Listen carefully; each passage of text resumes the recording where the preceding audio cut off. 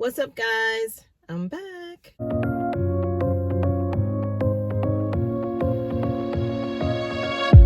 I really wanted to get it right,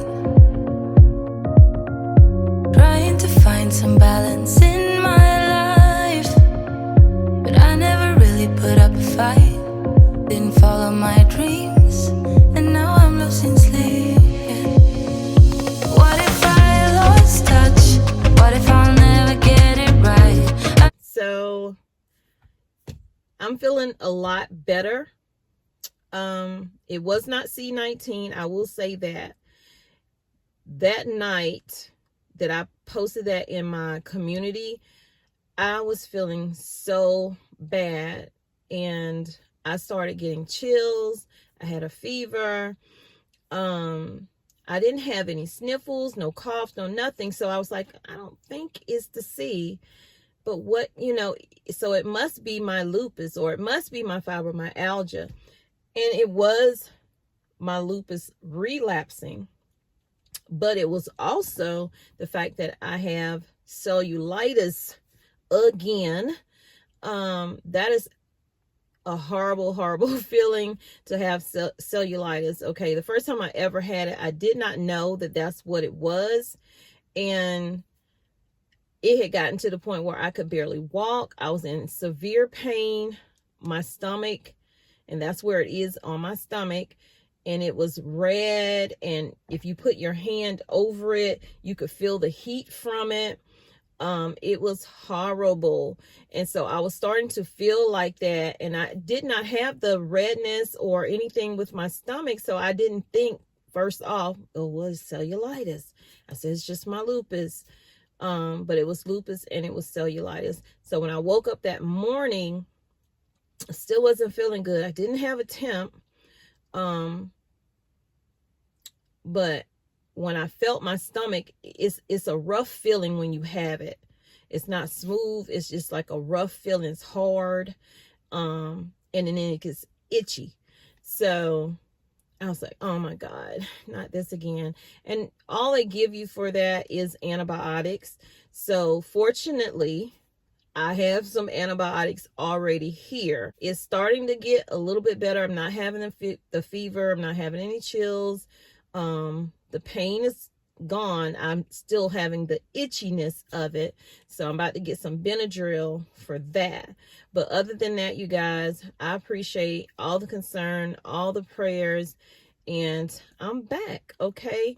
And we gonna get in these streets and we're gonna see what's going on out here. It was hard not going to the store, whatever. I went to the store the first time last night, and I just snapped a couple of pictures because y'all, the store didn't look that bad in certain areas, but then when it came to the lunch meat, and I don't know about the cheese, but the eggs have gone up in price. For the 60 count eggs, it was like, I think $15, almost $16 now, when it used to be $11 for 60 eggs. So we are about to look at $20 for 60 eggs in the box, and that's insane. So keep prepping, stay prepping, and let's get into this video and talk about what's going on with the kids possibly not having enough food or any food. I'm sure they'll have some food for lunch, but what will they have? Let's talk about that right now. Hey fam, welcome back to the channel. Did you miss me? Because I really missed you guys a lot. And that is why I am back on a big old Monday instead of a Wednesday. But I want to come to you with this story because I've done this story 2 times before. And the first time I did it was almost a year ago today. It was before school started last year. So it is about school lunch. So I was watching someone else's channel last night. It was a replay of a live that I had missed because I was out. I wasn't really watching anybody's videos, but they hit on the area of school lunch as far as children will want to will be happy to go back to school. Nothing against the parents, because they just want those hot meals. And we all know a lot of kids don't get those hot meals at home, sadly. Not good hot meals, okay? So I thought about that when that person said it, and I was like, I need to talk about that, because not a lot of people talk about school lunches, and I like to cover stuff like that, okay? So here's the thing. Well, before we get all the way far into this video, if you could please give this video a like, subscribe to the channel if you have not, and I want to welcome all of my new subscribers here. I appreciate you stopping in and deciding to stay around and become a part of the family. And all of my returning subscribers, you know, I got you. I love you guys so much. So that being said, let's get into this story. School lunches are facing a lot of hardship. We all know that we're all facing hardship when it comes to food inflation, food shortages of ingredients to make certain items. You've noticed when you go out to certain restaurants, they have a limited menu because they can't get those ingredients. And sometimes they just stop selling those items altogether. Take KFC. I don't like KFC. I'm just going to put that out there. I don't like KFC, but I do like their hot wings. That is the only thing I will eat from KFC. And maybe an apple pie that I don't need. But anyway, needless to say, KFC stopped selling wings, the hot wings. Maybe there was a shortage. Well, not say maybe. There was a shortage of wings. Now, I don't know if they still sell their regular wings, but the hot wings, they have completely stopped selling those as of 2 months ago, honestly. But let's get over to the school and what they're going through. What the school is dealing with right now is the same thing we're dealing with. High cost of food. How do we provide these meals for the children and it still be nutritious and still provide a variety of items and a certain amount of items? Some schools who were doing like 5, 6, some did 8 entree offers, you know, that the kids could choose from. Kids will notice that those entrees have been reduced down to 1 entree. They get one entree, and in some cases 2 to choose from instead of the 5, 6, 7, and 8 that they had to choose from.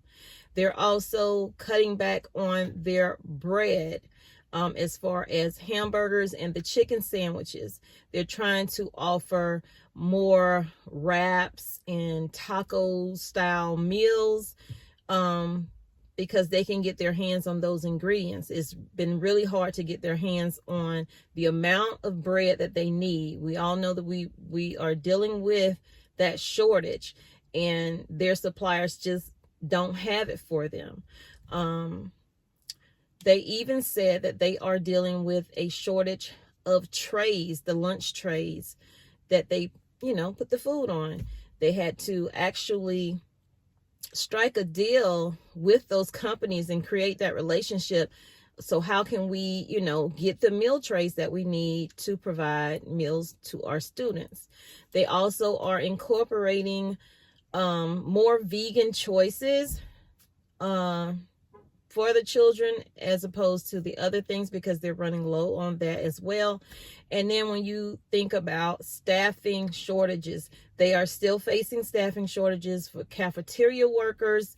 They're having to maneuver how they do their menus. When they used to plan out, you know, a whole 30 days in advance, they're now doing week to week because they have to figure out, well, will I have that supply in order to do it?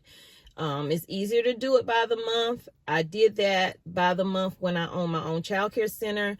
You write out that menu, you know what you're shopping for, and you can get it. Now with not knowing what you're going to have readily available.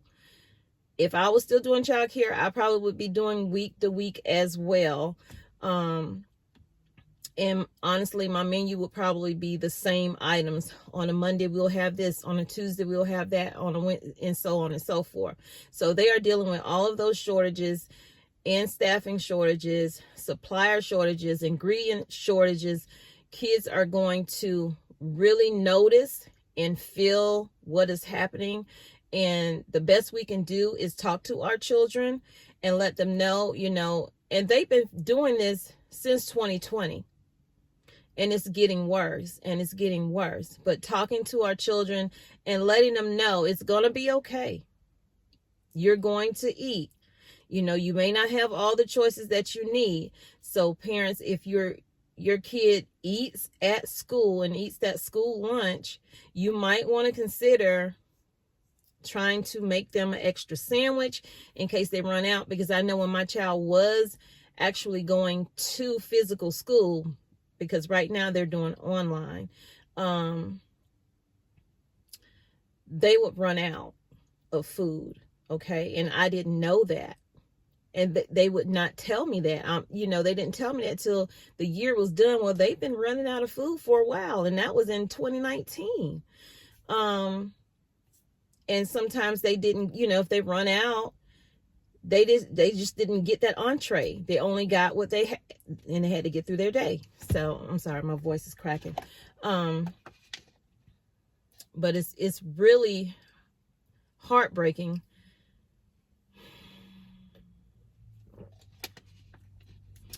It's really heartbreaking that it has been 3 years pretty much, and we are still dealing with all of these food shortage issues, ingredient shortage, and so on and so forth. So here's the video that I originally did about 11 months ago. Check that out, because I know a lot of you probably have not seen that, and I'm gonna edit it and add it into this video. So you guys, let me know in the comments, what you think of this story, your thoughts on where we are. Is it looking any better in your area? Are you still seeing shortages? Just spread the word. Feel free to share this video. I do not mind. Matter of fact, I encourage you to share this video out with as many people as possible, and also hit that like and subscribe. And I'll see you guys in the next video. Thank that subscriber for sending me this email. And if there's something that you would like to send me, I will be glad to take a look at it. I can't promise that I will do a video on it, but I will take a look at it and respond back to you.